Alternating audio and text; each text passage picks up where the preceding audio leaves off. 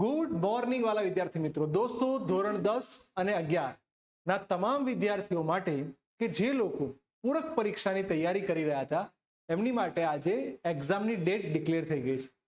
યાદ રાખજો દોસ્તો, ધોરણ 10 હોય કે 12 હોય, સાયન્સ, કોમર્સ કે આર્ટ્સ, તમામ વિદ્યાર્થીઓ માટે આજે ગુજરાત સરકારે 23 તારીખે છઠ્ઠા મહિનાની એટલે કે 23 જૂનના રોજ ઇમ્પ્રુવમેન્ટ એક્ઝામ, નપાસ થયેલા વિદ્યાર્થી માટે પણ એક્ઝામ આપી શકાય અને જે વિદ્યાર્થીઓને એવું છે કે હું જે તે સબ્જેક્ટની અંદર વધારે સારો સ્કોર કરી શકીશ એમની માટે દોસ્તો આજની ગુજરાત માધ્યમિક ઉચ્ચતર માધ્યમિક શિક્ષણ બોર્ડ દ્વારા તમે જોઈ શકો છો કે એક સરસ મજાની યાદી જાહેર કરી છે, જેની અંદર દોસ્તો બોર્ડની પરીક્ષાની તારીખ 23/6/2025 થી 3/7/2025 દરમિયાન લેવાશે.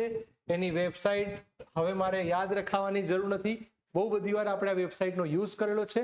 આની ઉપર એક્ઝામ લેવાશે. નંબર 2, ઘણા બધા વિદ્યાર્થીઓને હશે કે અમારું ટાઈમ ટેબલ શું હશે. તારીખની સાથે સાથે ટાઈમ ટેબલ પણ ડિક્લેર થઈ ગયું છે. દોસ્તો જોઈ શકો છો તમે, ધોરણ 10 ના વિદ્યાર્થીઓ માટે કઈ રીતે એક્ઝામ લેવાશે.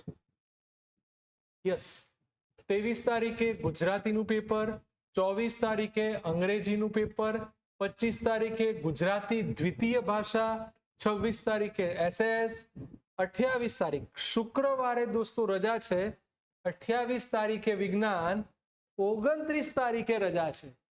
એટલે કે ગણિત અને વિજ્ઞાન બંનેના પેપરની આગળ 10મા વાળા વિદ્યાર્થીઓ માટે એક રજા છે અને સ્ટાન્ડર્ડ અને બેઝિક મેથ્સની એક્ઝામ એ લોકો આપી શકે છે. આ સાથે એક્ઝામનો સમયમાં ભૂલ ના થાય.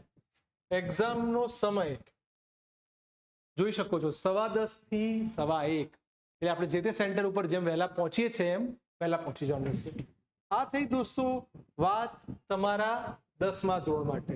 અને હવે સાયન્સના વિદ્યાર્થીઓ કે જેમને એવું છે કે હજી અમે અમારી એક્ઝામની અંદર એક સુંદર મજાનો સારો સ્કોર કરી શકીએ, તો એ લોકો માટે પહેલું પેપર જોઈ શકાય છે 23 તારીખે ફિઝિક્સનું, સમય 3 થી 6:30 જે નિયત સમય છે એનો એ જ રહેવાનો છે.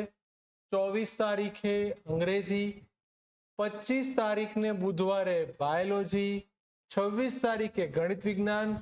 દોસ્તો ફરી એકવાર ધ્યાન દોરું છું, 27 તારીખ શુક્રવારે રજા છે, પછી કેમેસ્ટ્રીનું એક્ઝામનું પેપર છે.